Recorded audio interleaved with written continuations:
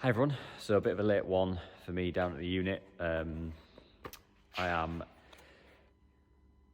fried. I am getting the rest of these panels, well these are all ready, but getting the rest of the stuff for Ollie to pick up in the morning, heading up to see Dean in Darlington to try and get that one finished off this week.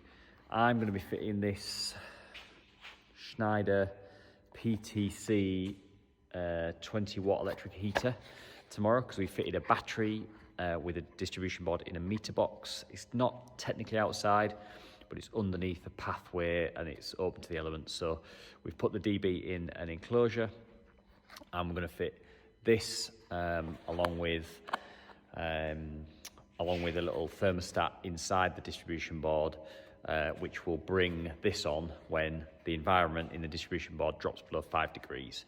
And that's just to keep the circuit breakers within their range, their temperature range for the tripping currents that we need.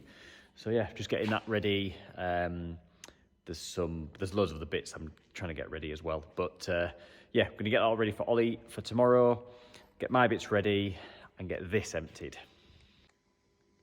Yeah, Friday van on a Tuesday. This is all the stuff from Darlington that Dean doesn't need anymore. We've got the clamshell for the Tesla.